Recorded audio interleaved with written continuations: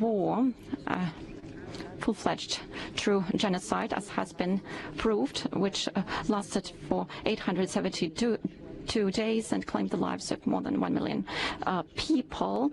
And actually, these figures are not fixed. More and more data are arising about these numbers.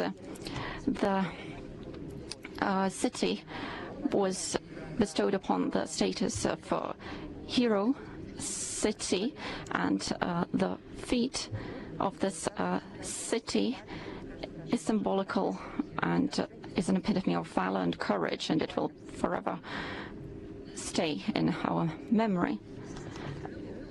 And I would like to say that at 5 o'clock there will be a session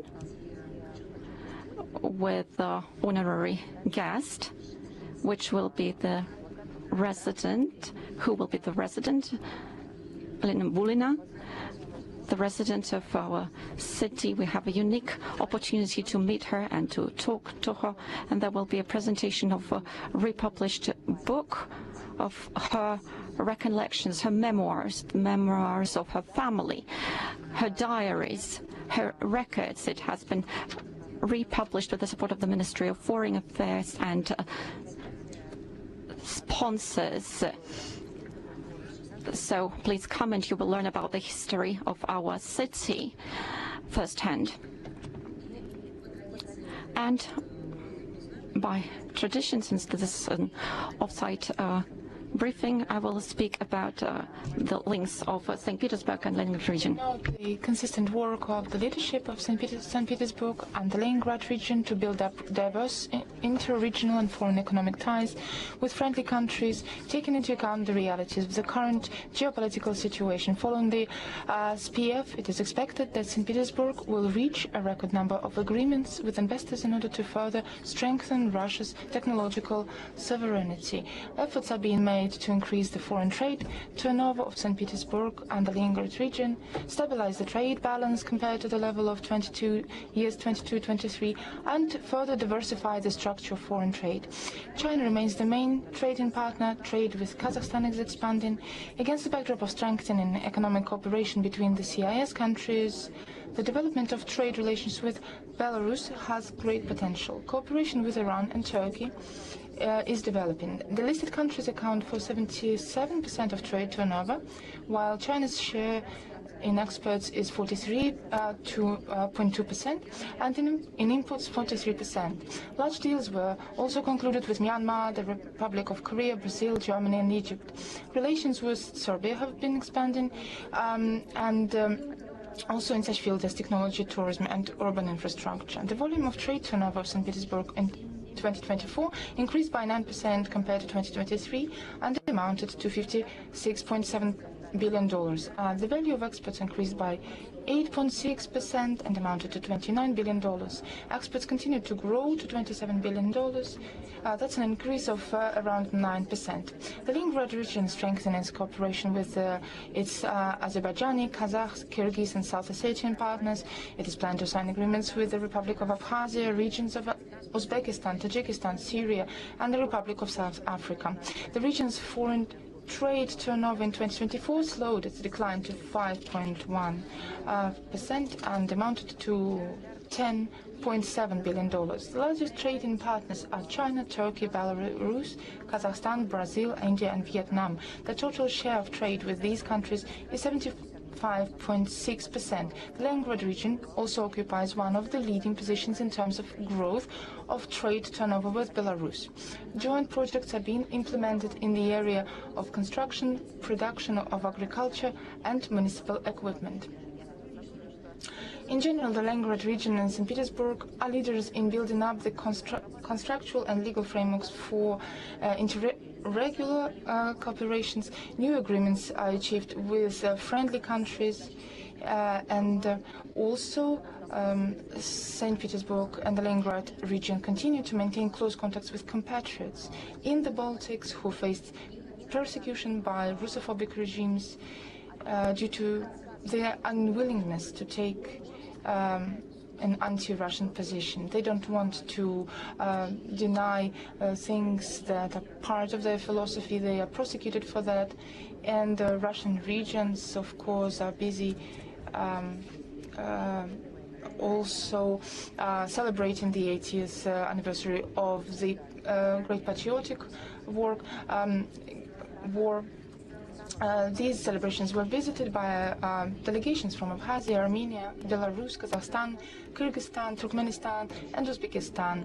And the survivors of the siege and veterans living abroad made their contributions to preserving the sacred memory of the feat of the generation of victors by taking an active part in these celebrations. On the 23rd of June, Sergei Lavrov will take part in the 11th Annual Scientific and Expert Forum, Primakov Readings, which is organized by the Primakov National Research Institute of World Economy and International Relations at the Russian Academy of Sciences. Every year, for many years, this forum has been gathering influential policymakers and economists and international scientists from around the world, and this forum takes a special place among such events. Let me remind you that Evgeny Primakov predicted back in the 1990s that multipolarity would become a key trend in global development. At that moment, it was a revolutionary, truly revolutionary concept that he was promoting as Minister of Foreign Affairs, the position he held from 1996 to 1998. The current state of affairs in the international arena has fully confirmed the political foresight of Evgeny Maximovich. And in his speech at the readings, Sergei Lavrov will assess current international events and talk about foreign policy priorities. And of course, there will be discussions as part of which he will take questions. On the 24th, 25th June, the Minister of Foreign Affairs of the Russian Federation will pay an official visit to Turkmenistan, during which he will hold talks with the President of Turkmenistan and Deputy Chairman of the Cabinet of Ministers. There will be high-level contacts. The parties will discuss political contacts at the highest levels, the development of bilateral relations, including cooperation in the trade and others. An exchange of views will take place on issues of the region.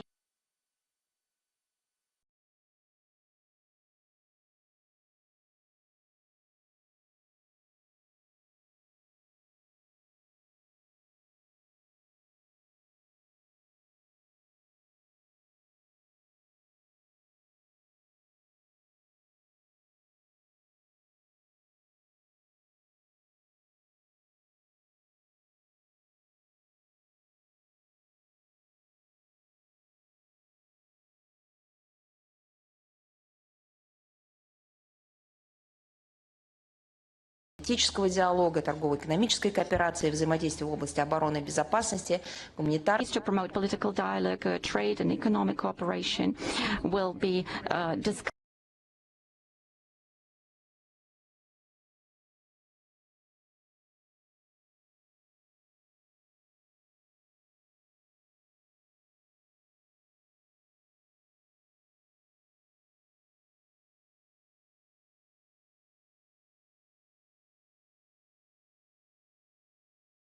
The Middle East, which was caused by the unprovoked aggression against the sovereign UN member state, Iran, undertaken by Israel in violation of the UN Charter and norms of international law. Of course, you are familiar with two statements by the statements of the Russian Foreign Ministry, which decisively condemn this criminal gamble fraught with catastrophic consequences for regional and global security in general. Attempts to justify it with imaginary non-proliferation concerns are, of course, outright cynicism. Let me remind you that as of the 13th of June, and this is proof of the above argument, it was the time of the first strikes on Iranian territory, and at that moment an intensive, albeit naturally complicated, negotiation process was going in the form of indirect Iranian and American contacts with the assistance of Oman.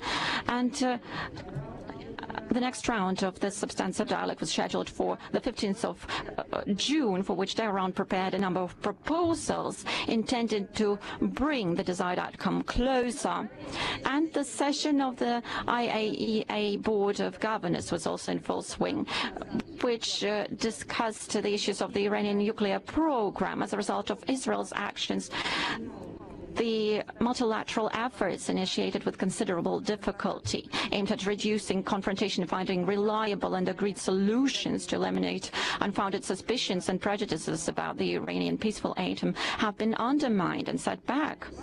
Isn't this what West Jerusalem was trying to deliberately achieve, making a conscious choice in favor of escalating tensions and disrupting peace efforts? Many are posing this question, asking themselves this question. The hypocrisy of the leaders of individual countries is also striking. And by diligently fanning anti-Iranian hysteria, they actually incited Israel. And now they're demanding that the Iranians, however strange it may seem, return to the negotiating table. So we are anxiously following the ongoing military operations, and we can see numerous fatalities, the lives claimed of civilians, and we can see an attack on the objects, nuclear installations, nuclear sites, which poses a risk to global security, and actually keeps us on the brink of a catastrophe whose implications will be felt everywhere, even in Israel. And Russia calls on the Israeli leadership to come to senses and immediately stop attacks on nuclear installations and sites under safeguards and subject to IAEA verification activities. And we're particularly concerned about the safety of the Bushehr nuclear power plant, which employs Russian specialists. The harsh and irreconcilable reaction of the world's majority countries to Israeli attacks on Iran's territory, including nuclear energy infrastructure, coupled with the results of an emergency meeting of the UN Security Council on June 13th and a special session of the IAEA Board of Governors on June 16th, indicate a rejection of the confrontational course and destructive actions of the Israeli leadership. They find understanding and support only from those states that are its actual accomplices. Today, the main thing is to prevent further spiraling of violence, to achieve ceasefire and restore peace, which in turn will create the prerequisites for bringing the situation back to the negotiation table. We are actually ready to take diplomatic efforts, and we are making them in this direction. As you know, the Russian President Vladimir Putin had telephone conversations with Israeli Prime Minister, President of the Islamic Republic of Iran. The next day, Vladimir Putin had talks with U.S. President, and there were contacts with the President of Turkey, President of United Arab Emirates. Foreign Minister Sergei Lavrov held telephone conversations with the heads of foreign ministries of Iran, Turkey, Egypt, Oman. The current crisis in the Middle East was also touched upon in a telephone conversation between our Russian Foreign Minister and Foreign Minister of Azerbaijan, and in talks with Indonesian Foreign Minister. As you know, these are high-level, ministerial-level negotiations and telephone contacts. All of them are ongoing, even these particular hours, at this particular time. We hope that the understanding that there is no alternative to finding mutually acceptable negotiated solutions to existing problems will prevail. We will continue to support the goals of resolving the issue of the Iranian nuclear program with due reliance on international law, the principle of equal and indivisible security, as well as with mutual consideration and calibrated balance of interests. We would like to particularly warn Washington against military intervention in the situation, which would be an extremely dangerous step with truly unpredictable negative consequences. Russia notes the clear statements by the Iranian side about its continued commitment to the obligations under the Treaty of the Non-Proliferation of Nuclear Weapons and its readiness to resume contacts with the United States to work out possible solutions to remove any unfounded suspicions and prejudices regarding Tehran's nuclear program. Given that Israeli attacks stop, Moscow supports this attitude and firmly believes that the desired settlement can be reliably achieved only through diplomacy and negotiations. The goals of nuclear non-proliferation, the fundamental basis of which is the Non-Proliferation Treaty, should not be achieved through aggression and at the cost of innocent victims. And now let's speak about the work also done by Russian diplomats. To promote the leaving of Russian citizens from non-safe and quite dangerous areas that were mentioned above. Our embassies, our general consulates are working on this, of course being closely controlled by the Russian administration. The Foreign Ministry of Russia, Russian embassies in Kuwait, Iran and other countries are working to evacuate Russian officials from there as soon as possible. In total, from June the 14th, from Iran, Azerbaijan and Armenia, in order to leave these countries, around 550 people, including some filmmakers, tourists, oil producers, and just civilians left these countries. Israel has been left by also a large number of Russian citizens. They also left from airports of Egypt and other countries, and the Ministry of Economy of the Russian Federation recommended to stop selling tours to Israel. Right now, there are several routes to evacuate. There are, of course, risks and dangers on the road, and these need to be considered. There are practical recommendations. We publish them.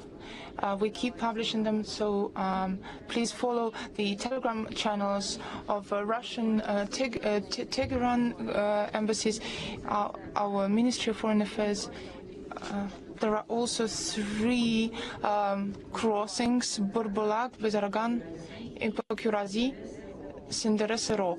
And from Israel, there is the checkpoint with Egypt that works 24 hours, where you can also leave.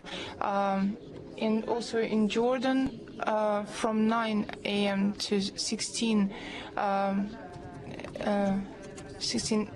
o'clock. And also Itzhak Rabin,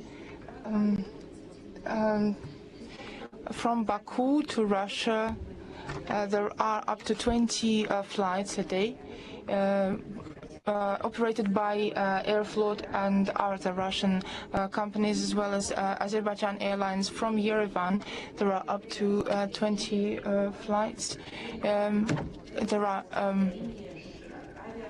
several airlines from Cairo. That is 5 flights by Egypt Air, but the situation is changing very quickly, so we recommend our citizens to follow up with the information on the internet websites of the Foreign Ministry. That's our official Telegram channel, our website, as well as our embassies channels in these countries. And you can call the emergency numbers in Iran, Azerbaijan, Egypt, Jordan, and of course all of our embassies have their emergency numbers that you can reach. And of course, there is a hotline that works 24 hours of the Foreign Ministry. There is an app that we also have to help you abroad. And of course, today we will publish the links in our briefing as well. We want to express our gratitude to the administration of these countries helping us to organize these missions. And of course, during the escalation, especially during the first days, we are working promptly with the Baku authorities. today the border there was crossed by almost 500 Russian citizens, and they are very grateful for the hospitality that was shown to them by the Azerbaijani people. Also, our Russian Tchaikovsky orchestra was given a special concert in Azerbaijan on the one of these days, and you see that sometimes in our everyday life that does not have any war or any escalation, it is hard to find common language with people. But sometimes the situation is completely opposite. When we don't know what's happening next, whether we will stay alive, how to reach the loved ones. In these situations that we are now seeing, people being underground, hiding from airstrikes, suddenly such true humanism comes to the surface. The best that we have in us manifests itself in such dramatic situations, and we are very grateful to everyone who keeps helping. The escalation in the Middle East that led to the closure of airspace in most of the countries of this region made it hard for all the crews of Russian planes stuck in the region. I wonder if people who started all of this made any thought about this to themselves. And for example, a flight, the Air Sibir, that had an emergency landing in Ashgabat, and we are very grateful to the Turkmenistan's authorities for promptly helping the passengers of that flight. We call to Russian citizens to abstain from any travel to these regions because they stay dangerous. If you cannot leave, then do not approach, do not come close to military objects, do not take any videos, photos, avoid crowds, follow the rules issued by the government, and go to any underground shelters that you can find. And we promptly publish updates on the situation. Now to the Ukrainian crisis. Russia has almost finished fulfilling the obligations as a goodwill gesture.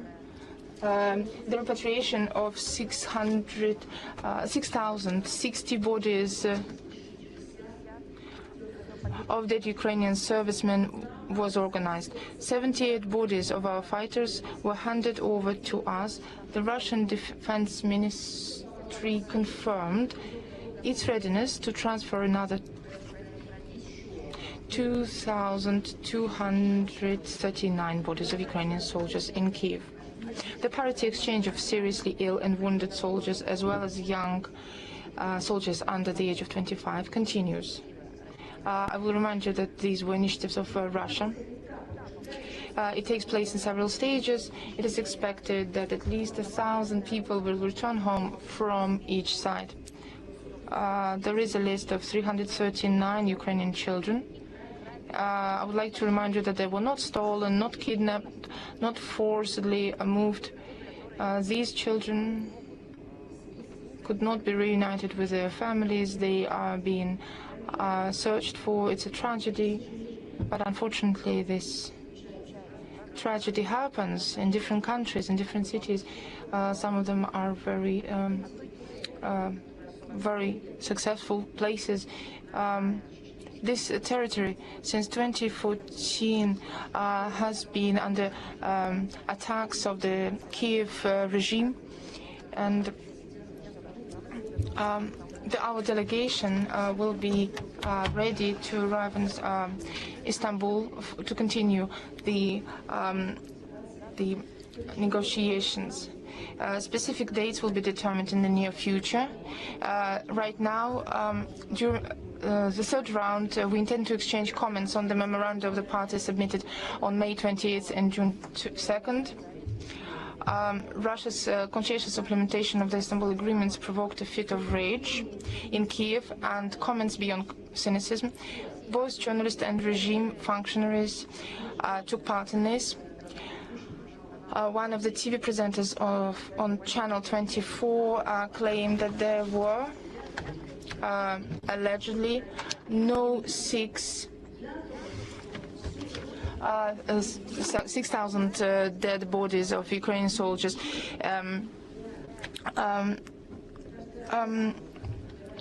That it was an exaggeration. I really have to make up my mind to say these things. It's really hard. So, according to her, Russia, in order to increase the amount of bodies transferred to Ukraine, Russians were engaged in dismembering corpses, allegedly, according to her, parts of which were then placed in different bags.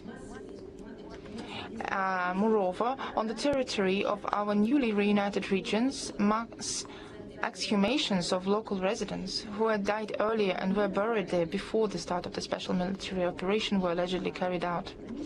Such measures, as it was falsely claimed, were planned and aimed to demonstrate to the population the scale of the problem, provoke protests and achieve the overthrow of the government. So, is it hard to notice the scale of the problem without those 6,000 bodies? I think they are showing enough of this problem to their own citizens. The same odious logic is used by the head of the Ministry of Internal Affairs of Ukraine, Igor Klimenko, who has taken it upon himself to accuse Russia of deliberately complicating the identification process of the dead military personnel transferred to Kiev. According to him, the bodies are allegedly returned in a different state, as if we are complexing this issue. And this is the devil's talk, really, that we hear from them constantly.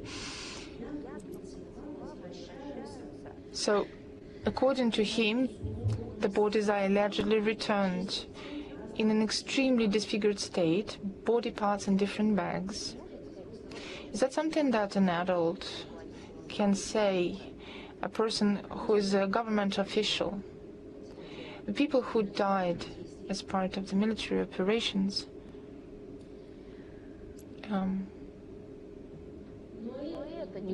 that's not the end of it. The next that I'm going to share with you from his quotes is absolutely horrific. He said that his bodies, the bodies of Ukrainian soldiers were mixed with the bodies of Ukrainians, were mixed with Russian bodies. When he was asked how he determined that, he couldn't answer. I think that this is a medical case by this point. But Zelensky surpassed all of them. He was in Austria on June the 16th. He said that Russia allegedly offered to exchange Ukrainian children for Russian military personnel. We, of course, see his bizarre state sometimes, but this sort of lie is incredible. It's very, very cynical. Apparently, it is aimed to undermine the peace process in Istanbul and the mediation effort of those countries that contribute to it. But there should be some sort of logic. If we had a list of at least 339 people, is it really necessary to make things up? He should explain to us instead why, over a short time period of time, the number 2,000 children somehow turned into 339. I would like to say that Russia does not kidnap, deport, forcefully transfer children, much less exchange them for prisoners of war.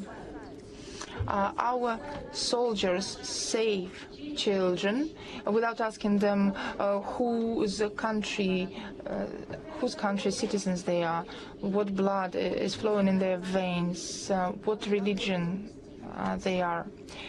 They only want to save these children. They are taken away from military areas to save them.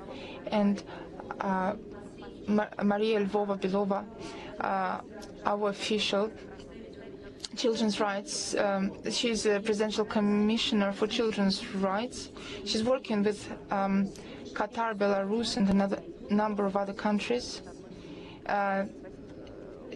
She's working to reunite children with their families. To date, 101 Ukrainian children from 81 families have been reunited with relatives in Ukraine and other countries, and 22 children from 15 families have been returned to Russia from Ukraine.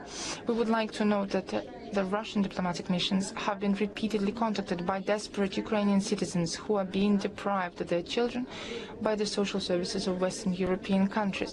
They turn to Russia because the Ukrainian embassies refuse to help them, citing certain political circumstances. I can explain to you what these political circumstances are. If the Ukrainian embassy in the EU country demands to search for these children in the EU, then the myth of children disappearing only by Russia or due to Russia will disappear. It will be obvious that that is not the case.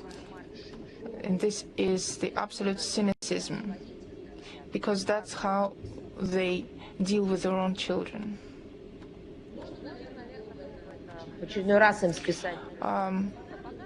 Maybe they could say it's another case of Russian propaganda, but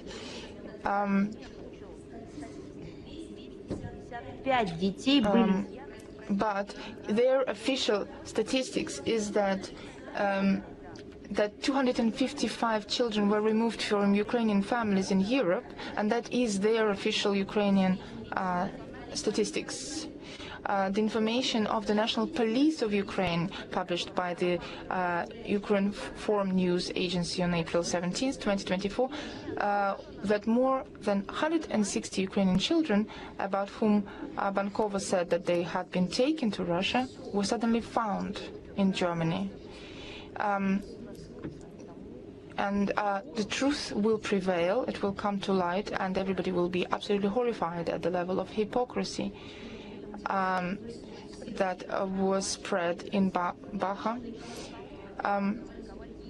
This is another case of anti-Russian propaganda that has no merit, no facts. I would like to reiterate that Russia, throughout its entire history, has always shown humanism in the best meaning of this word.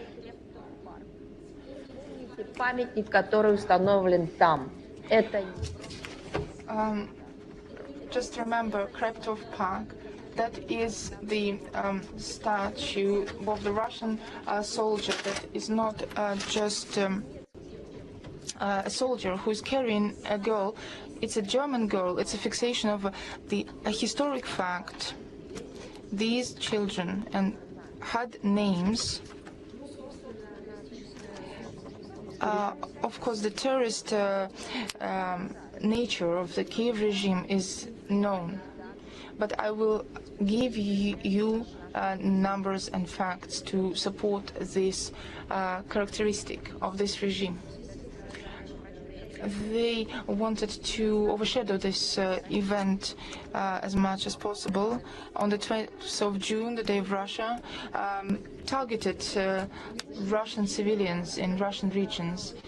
Over the past week, 104 people were injured by the attacks. 8 people were killed, including 1 minor. 96 people were injured, including 14 children and teenagers. In the Kursk region on June the 9th, a civilian was killed in the village of Prigorodnaya Slobodka, and another 5 people were injured. On the June the 10th, in the village of Sheptuchovka, as a result of the explosion of a Ukrainian mine, 2 combined harvester operators received thermal burns. After the attack of enemy drones on the village of Marina, 3 children aged 7, 9 and 13 were injured.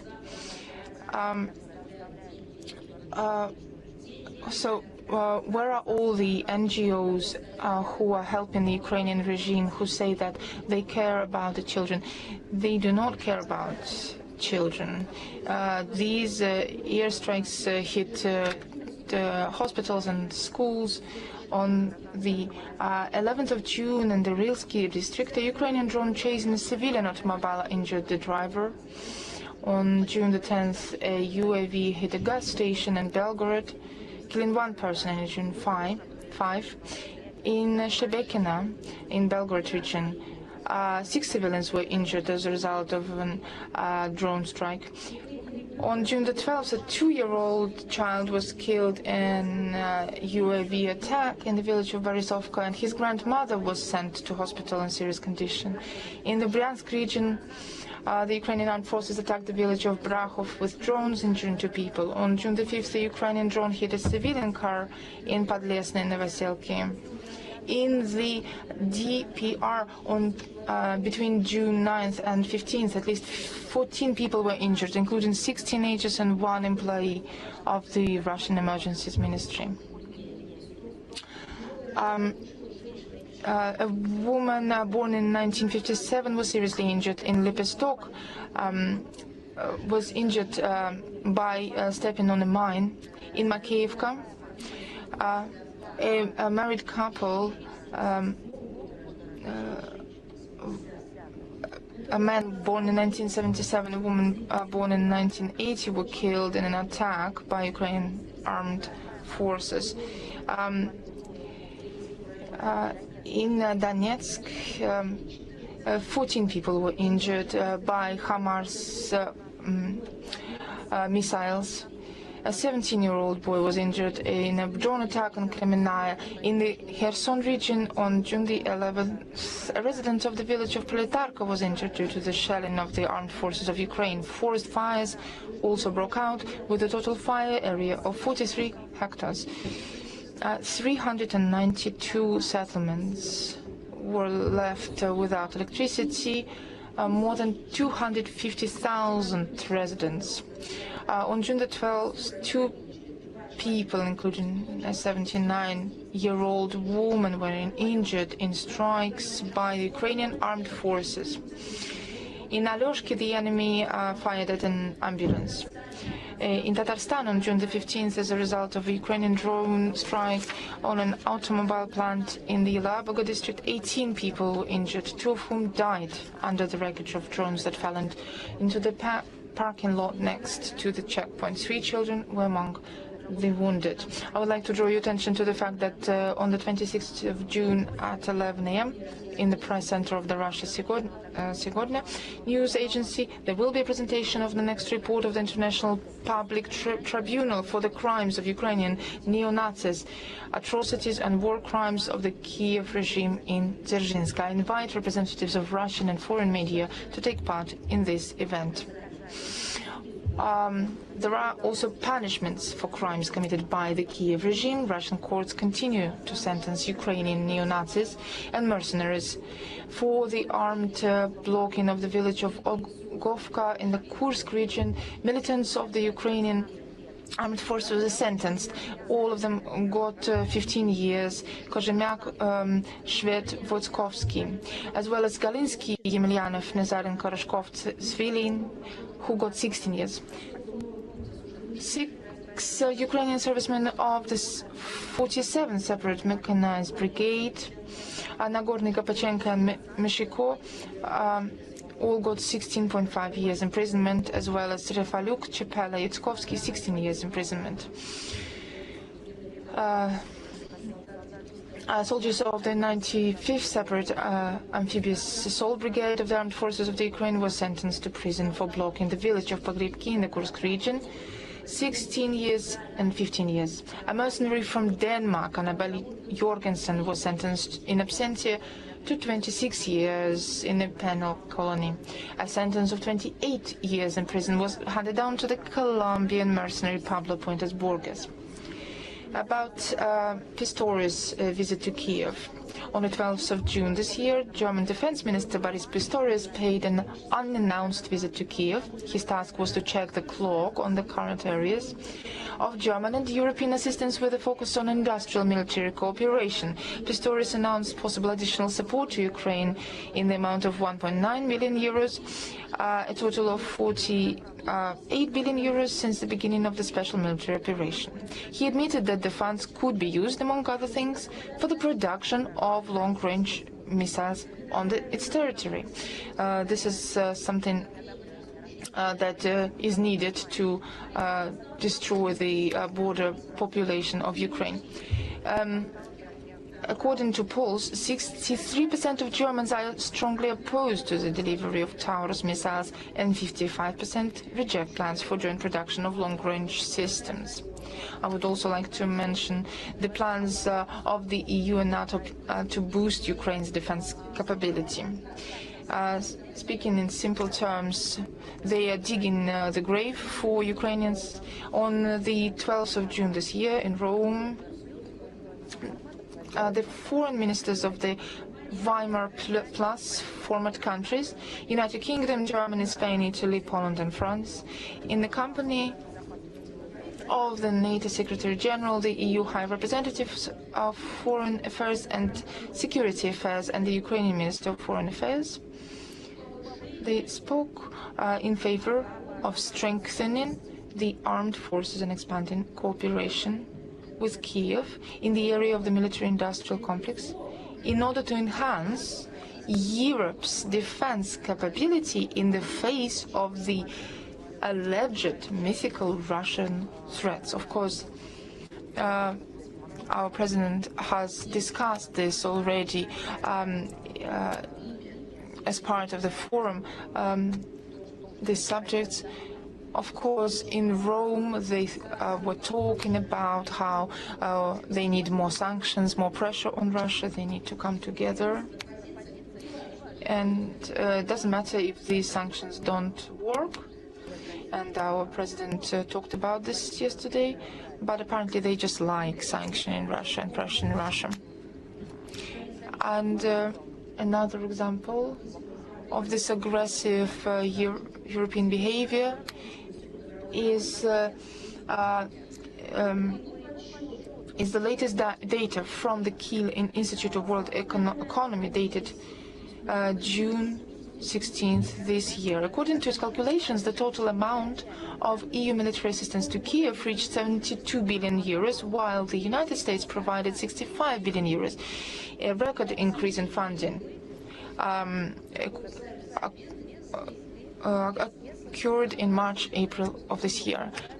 Just look how much they have lost. They lost possibilities to trade with us and other countries. Just look at these numbers.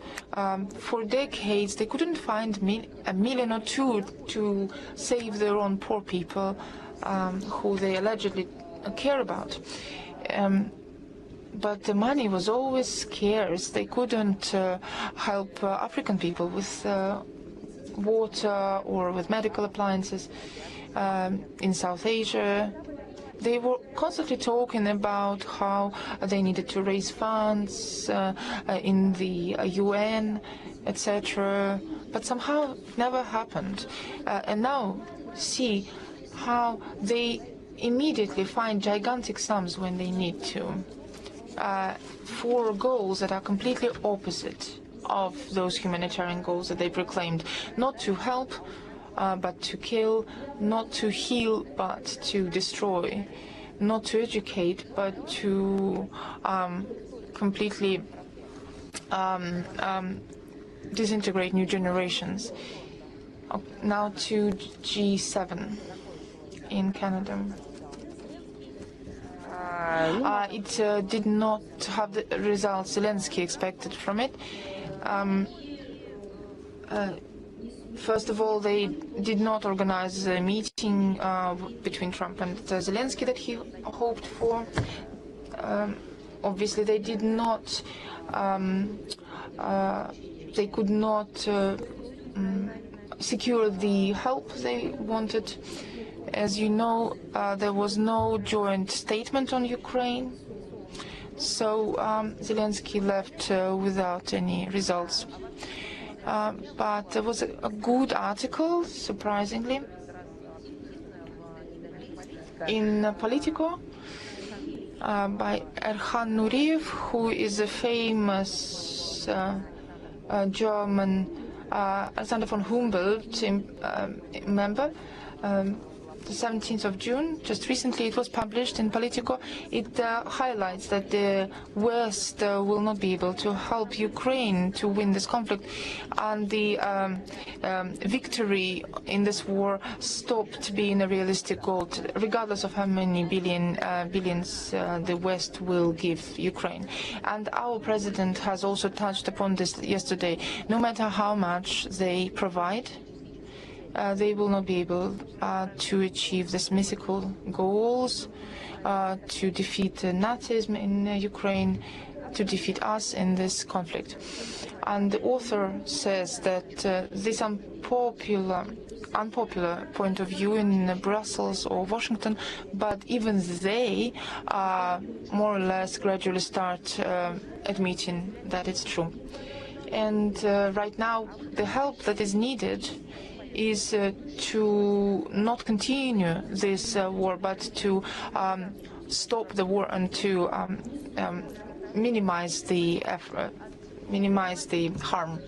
And right now, not so much depends on the arms, but on diplomacy. And I would like to add that it is common sense.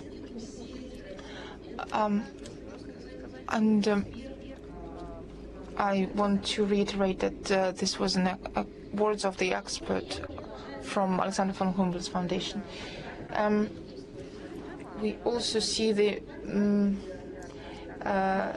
struggle of the Kiev regime with the Ukrainian Orthodox Church. The Kiev regime continues its struggle with it, along with forceful methods, threats of forced mobilization of representatives of the clergy have now been used for this purpose. Now they have approved a list of religious organizations that are critical for the functioning of the economy and ensuring the life of the population in a special period, and whose clergy will accordingly be entitled to a reservation from being recruited into the AFU. It looks like they will be choosing whose crosses they like better, and will choose people with symbols of other religions who will be selected to be recruited. And those favorites will not be recruited.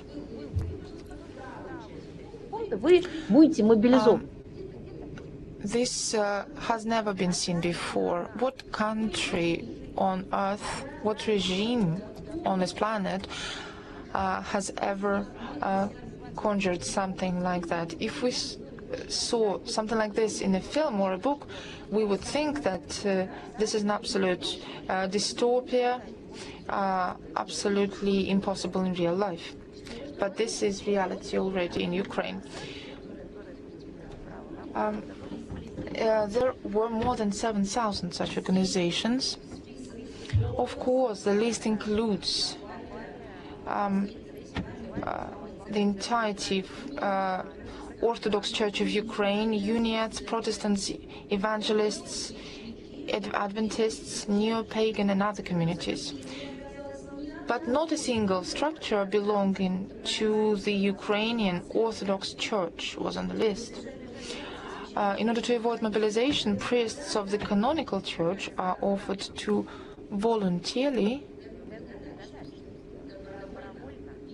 transfer with their parish to the UOCU and legalize the change of jurisdiction. How can you describe this? Change your jurisdiction and then you will be immune to recruitment. However, military enlistment officers have long been approaching the clergy of the UOC, but from now on they will have a free hand and cases of forced mobilization of the clergy will occur more often. Unfortunately, there are some examples of this already. On June the 11th of this year, Archpriest Alexander Zhuk, rector of the UOC Rural Church, was detained in Rovno and hastily sent to the unit after a military medical commission. On the same day, in the Ternopil region, military commissars seized the rector of the Pachaev Holy Spirit Monastery Skit, Archimandrite Paphnutius. These facts confirm the urgency of a special military operation to denazify and demilitarize Ukraine and eliminate threats emanating from the territory. And another important topic I would like to mention, in mass media, they speak about the involvement. I would like to speak about Sahara-Sahel region, and citing official sources, there was a statement of the involvement of Ukrainian intelligence in assisting the terrorist Group for the Support of Islam and Muslims, which on the 30th of May carried out an attack on the positions of the Malian armed forces in the Kulikoro region. So here we mean the supply of unmanned aerial vehicles to terrorists by the Kiev regime through the territory of one of the neighboring countries. The provision of intelligence and so on. So according to available information, during the counter-terrorist operation, the Malian defense and security forces found incriminating documents belonging to the main intelligence directorate of the Ministry of Defense of Ukraine. An unmanned aerial vehicle with identifying inscriptions in Ukrainian was also seized. And the Kiev regime continues to demonstrate its terrorist nature. Its ties with African terrorists were previously confirmed by the press secretary of the main intelligence directorate of the Ministry of Defense of Ukraine, Andrei Yusuf, and the Ukrainian ambassador. They publicly stated that they had existed terrorist forces that carried out an attack on a convoy of Malian soldiers. And we can say that Mali, Niger, and Burkina Faso appealed to the United Nations Security Council, demanding the measures be taken in connection with the Kiev regime's support for terrorism in Africa. And we provide updates on the information, including such information as for regular attacks on civilian infrastructure. And the second front in Africa has been apparently decided to open, and they plan to stimulate terrorist activity in African states that are friendly to us. So for a whole year since the tragedy in Mali, not a single Western power has condemned Kiev's support for terrorist groups, even when the Africans themselves pointed this out. And also, the current reaction of the Western Bloc to the terrorist attacks committed by Ukrainian neo-Nazis in Russia also fits into the strategy of criminally covering up the proteges. All responsibility lies with the Neo-Bandera regime and its Western accomplices. As you know, our ministry releases reports, thematic reports on human rights, and a lot of data is used so as to issue such reports. A new report has been issued on human rights in Ukraine. The numerous facts of human rights violations that exist confirm that the situation in Ukraine has seriously deteriorated. It is obvious that the Kiev regime, which has usurped power, is now increasingly showing its openly Nazi essence, committing countless gross violations of human rights in all spheres of public life. In Ukraine, police dictatorship has been effectively established, and legal chaos and lawlessness reign. Besides, various manifestations of neo-Nazism are growing, including aggressive propaganda of ideology, falsification of the history of the Great Patriotic War in order to glorify the Nazis and their accomplices, the cultivation of nationalist sentiments among the population. This report provides a large number of facts or confirming all of this. Glorification in various ways of the Nazi criminal Bandera, the glorification of the Nazis, honoring of the few survivors. The Nazi approaches are also implemented in relation to the Russian-speaking population. At present, everything Russian is banned, and a course has been set for the elimination of the canonical Ukrainian Orthodox Church, and it means its whole essence is abolished, about to be abolished. There is a large-scale campaign, an unprecedented campaign of violent seizure of churches by militants with support of local authorities. It is all underway, followed by the legalization of the results of such raiding. So there are meeting rallies, different gatherings. Before that, monuments to heroes of patriotic war and everything linked to the great victory were just taken down with the proposal that this is done for decommunization purposes, and this was sanctioned by the head of the state. So this means rewriting the whole history, and it is fantastic. It is actually unimaginable that on the one hand they do this decommunization, and on the other, in religion, they use real measures used in the worst sense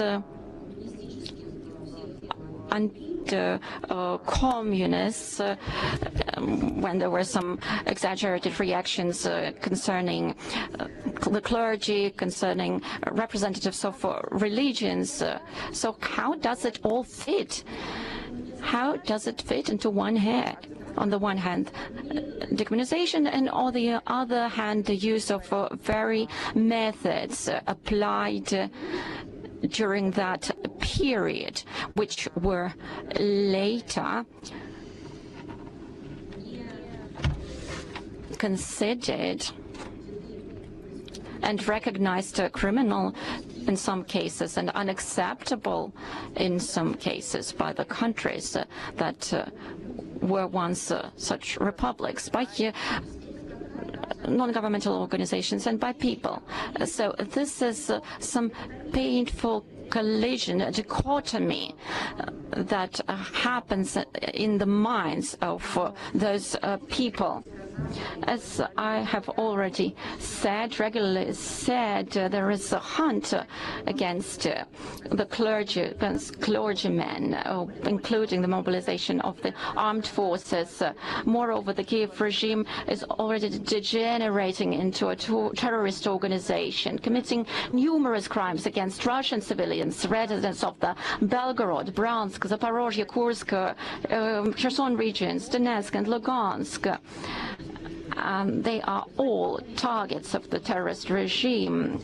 It is not surprising that the use of the widest range of repressive measures against a significant number of the population is necessary for the Ukrainian administration, presidential administration, as the only and most reliable way to retain power. For them, it is important to continue the war, maintain a high degree of escalation, and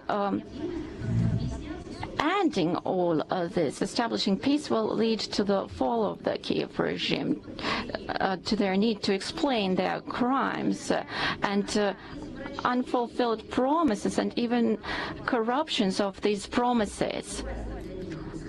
But for them, apparently, it is more important to keep power than to have peace and to keep the lives of people.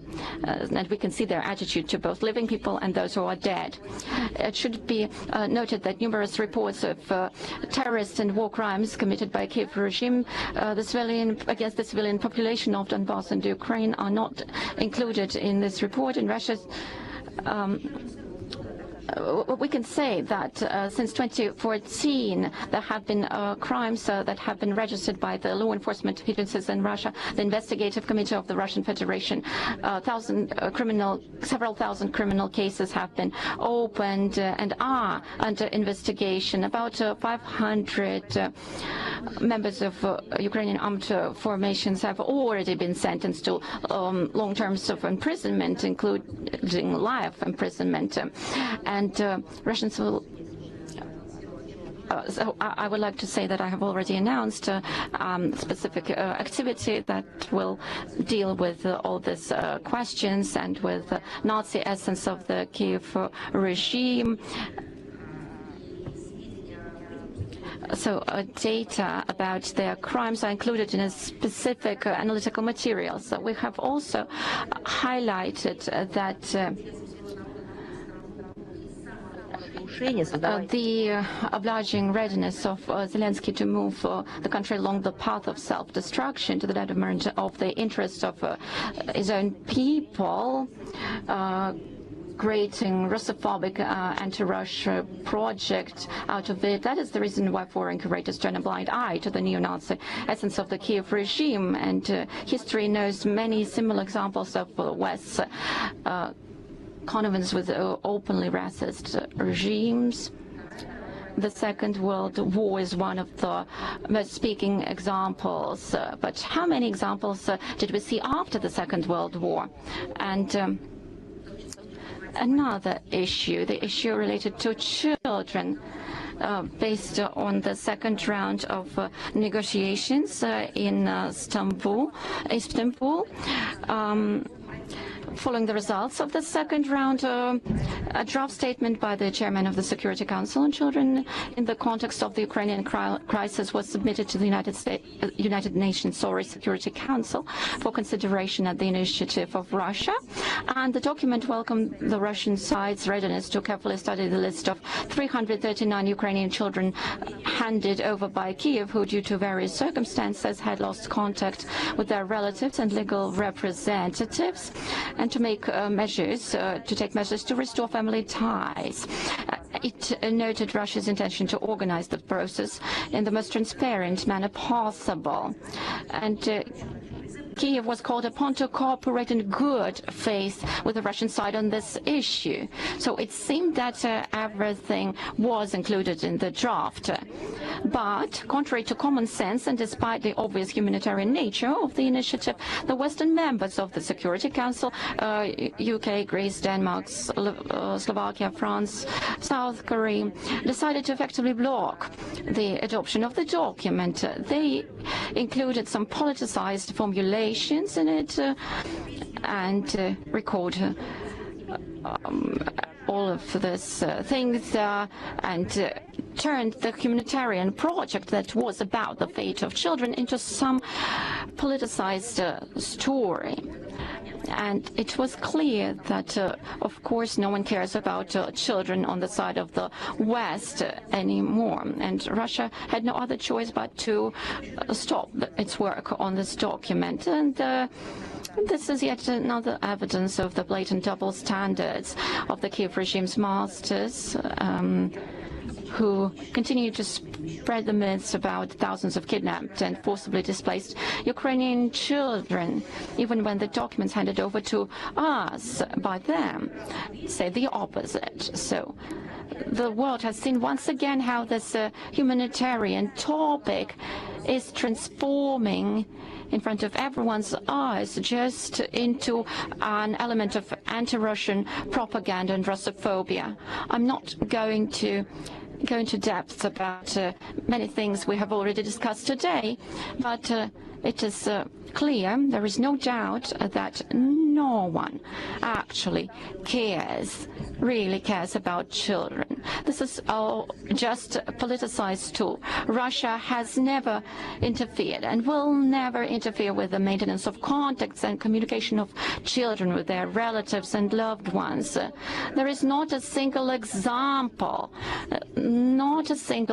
example of us acting otherwise. We sincerely strive for the reunification, and there is not a single example of us interfering with this. We sincerely strive for the reunification and will continue to do so. Just an example, 5 years ago, the time of pandemic and lockdowns, our ministry and the whole country has been active in helping with moving Russian citizens and Ukrainian citizens came to us requesting us to take them on board Russian planes to go back to their home country via Russian territory.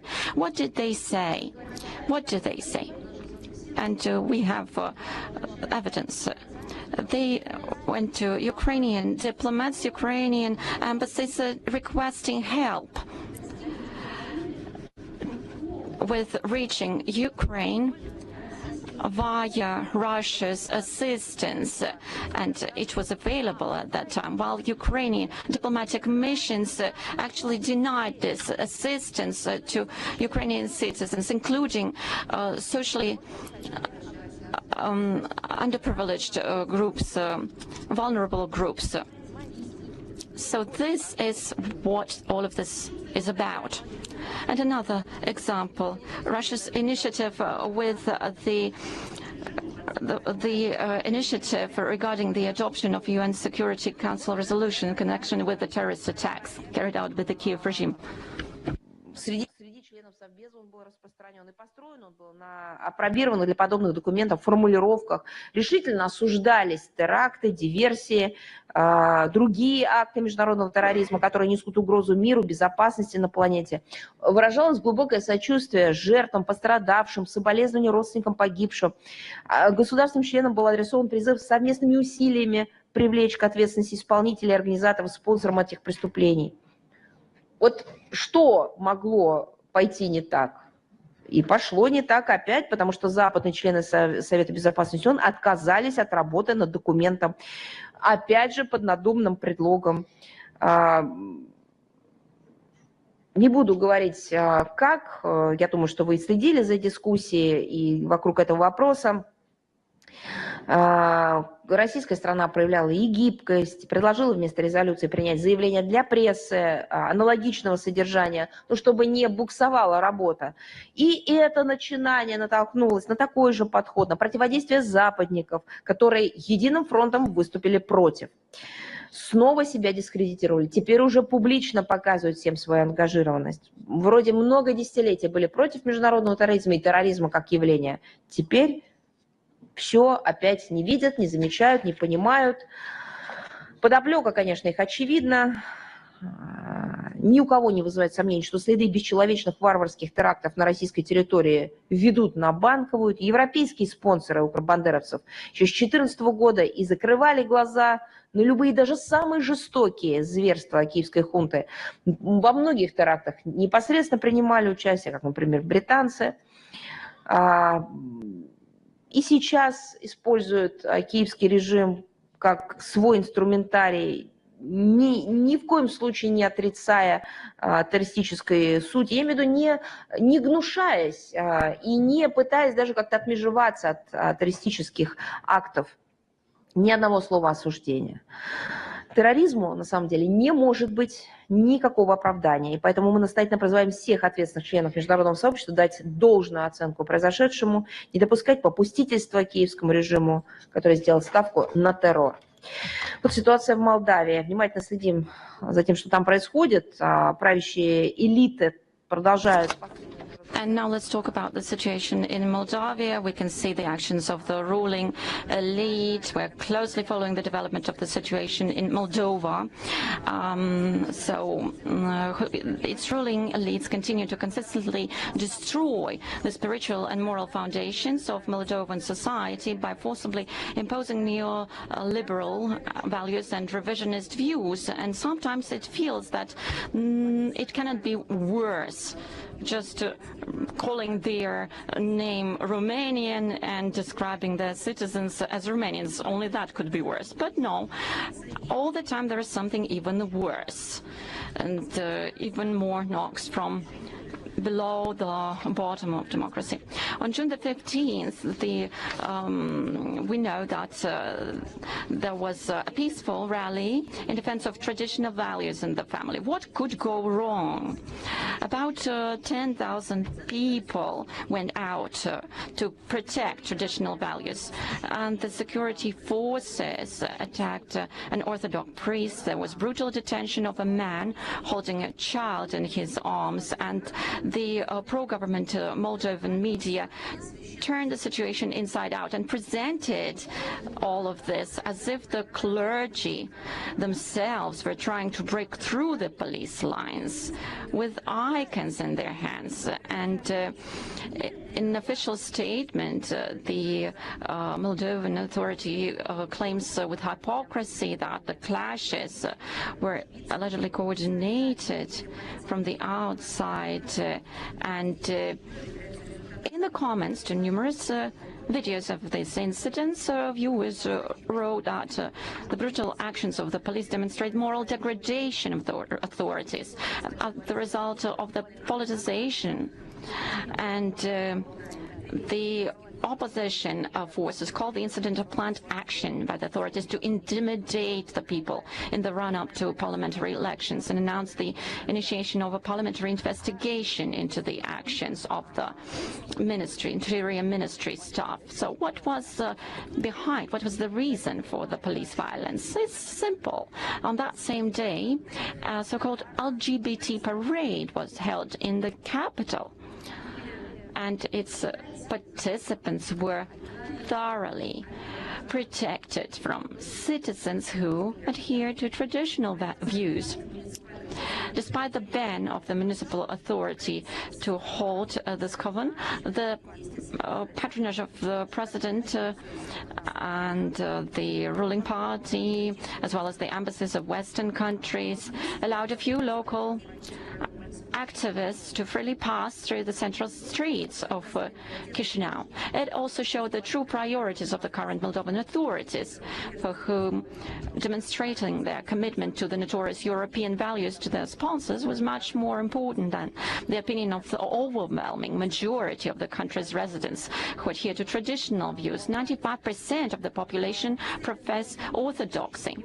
So in line with the dominant trends in Europe today, official Chisinau consistently supports initiatives aimed at the de facto whitewashing Nazism, turning the Republic into a pantheon of Hitler's allies. And another action to glorify the soldiers of Nazi Romania who died during the invasion of the Soviet Union in summer of 1941 took place on the 4th of June in the village of Stoyanovka, Cantemir district. The ceremony was held with full military honors, how it was carried may seem, with even the participation of the military orchestra of the Ministry of Defense. The representatives of the Bessarabian Archdiocese, and another memorial is being prepared to open in honor of the Roman so-called heroes who are actually occupiers from Antonescu's army who ingloriously ended their activity on Soviet soil. Criminals. A direct consequence of the attempts to revive Nazism in modern Moldova is that statements actually soaked in ethnic hatred are increasingly broadcast on local TV. June the 12th, political scientist, former MP, former Moldovan ambassador, Anatol Zarano, spoke. He called, and I should quote this, and I quote, a low-quality ethnic part of the population. End of quote. What is this, if not neo-Nazism and segregation of people based on nationality? He mentioned that about Russian-speaking Moldovans. Where is the reaction of the Moldovan authorities, who seem to adhere to European values? Not even legal assessment was given, either by law enforcement agencies or policymakers, and I don't expect any reaction to come. So, given all the above, the trend towards a catastrophic depopulation of Moldova is not surprising. During Sanders' term, which is not decades, during this period of time, the population declined by about 10%. Quite an impressive figure, given there were some major hurricanes, natural disasters, typhoons, or volcanic eruptions, or military action. Nothing of this kind. Fortunately, Moldovans are somehow immune to these actions, and they have already developed this immunity against violent political indoctrination. They realize the abyss their country will find itself in if it continues to mindlessly follow such attitudes. I think the regime will not succeed. And now, 17th of June, and let's talk about the plans to stop importing Russian oil, Russian energy resources. Отличающийся большей стабильностью и предсказуемостью, сегодня все наоборот. Документ призван заложить законодательную основу для прекращения Европейским Союзом газовых поставок из России по новым контрактам с 1 января 2026 по действующим краткосрочным контрактам с 17 июня 2026 года, а по долгосрочным с 1 января 2028 года. Возникает вопрос, ну не хотите покупать, так не покупайте. Зачем вот эта вся какая-то катавасия? А я напомню, вот, например, переговоры мирные Украине запретили же вести, в том числе закрепив запрет законодательно. Так и здесь. Ну, нормальное общество, государство, компания не захочет покупать, не будет. Но если поменяется конъюнктура на рынке, если вдруг окажется компания, государство, сообщество перед лицом каких-то чрезвычайных обстоятельств, у них будет возможность вернуться к этому вопросу. Зачем же принимать законодательство на этот счет? Это же не только странно, это уже безумно. А просто тем самым Брюссель продолжает курс на полное сворачивание энергосотрудничества с нашей страной. В своем стремлении придать конфронтации и разрыву с Россией буквально необратимый характер, в Брюсселе совершенно утратили связь с реальностью. Они не задают вопрос, нужно ли это населению их стран. Нет, они диктуют волю людям, компаниям и бизнесу, вне зависимости от того, насколько это соответствует здравому смыслу. Настолько, что даже не в состоянии обосновать необходимость предложенных для принятия мер, не прибегая для этого к откровенному передергиванию фактов и подмене понятий. Вот судите сами. Просто я несколько примеров вам приведу. Профильный еврокомиссар Дан Йоргенсен заявляет, что импорт России...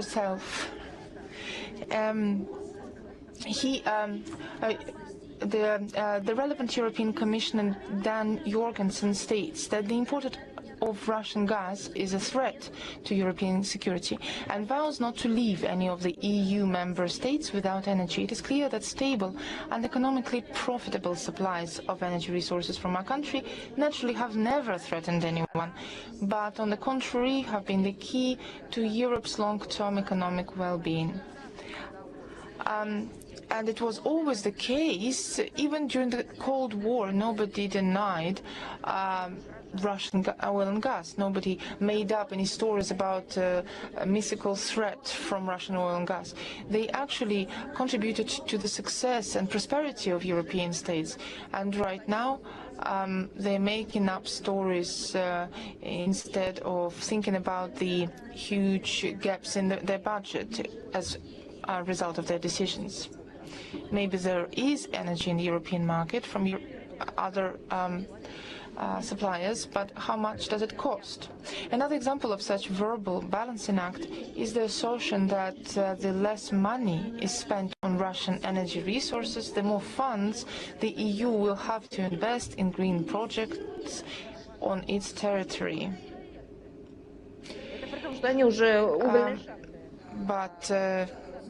Don't forget that they already reopening their coal mines. In reality, by ceasing to buy Russian gas, the EU will not save money, but on the contrary will spend huge sums to replace it. And everybody knows this, experts, scientists, economists.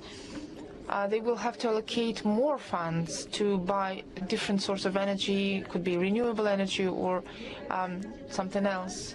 The European Commission also claims that the cessation of Russian gas imports will allegedly not lead to significant economic consequences and risks of supply disruptions.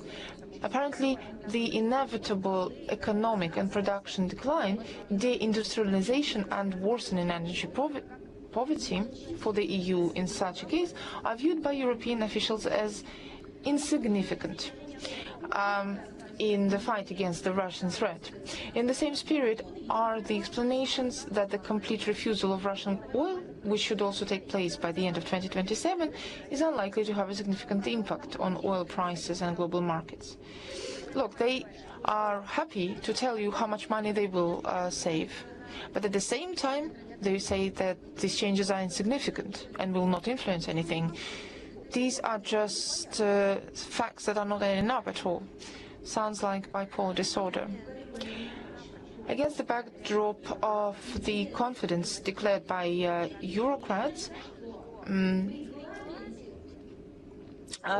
it is noteworthy that the regulation does provide for the possibility of a temporary non-application of the ban on imports of Russian gas in the event of some sudden and serious circumstances that threaten the continuity of supplies to one or more EU member states.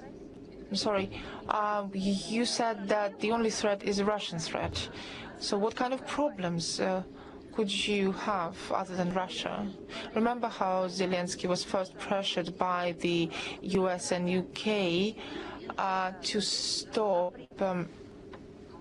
any negotiations, but then 3 years later he was asked that how if you did not allow yourself to have any negotiations, why are your representatives in Turkey right now? Then Zelensky said that I did not refuse myself anything. So in the same way, the European colleagues think that if something goes wrong, then things can be reversed. But that shows that Europe is not a reliable partner, consumer, and that they cannot provide any predictability of their legal base and any consumer relations with other third parties. They can also not really seem to respect commercial secrets, and this shows that it's very difficult to deal with them. The cynicism of the strategy chosen by the European Commission to push through its destructive energy program is striking. In an attempt to bypass the veto of the European capitals, many of which are well aware of the suicidal nature of the energy policy imposed by the Brussels bureaucracy, a decision was made to develop a type of regulatory act that would require only a qualified majority to be adopted. Excuse me. So, what is wrong with the European solidarity? At the same time, the provisions of this document will have to be implemented by the European capitals themselves, who are expected to develop specific action plans. In the event of failure, the European Commission will calmly wash its hands of it, and all the negative consequences will have to be borne by the member countries and their leadership. But in reality, not their leadership. It's the citizens who will have to deal with the negative consequences. So the actual victims, which is already a tradition, will be common citizens of Europe, whose opinion Ursula von der Leyen and her team prefer to demonstratively disregard. И я хотела бы сказать несколько слов о той какой-то страшной, сумасшедшей... I would also like to say a few words about the crazy information war that is on the rise in the UK. It's a real murder mystery. Agatha Christie would be jealous.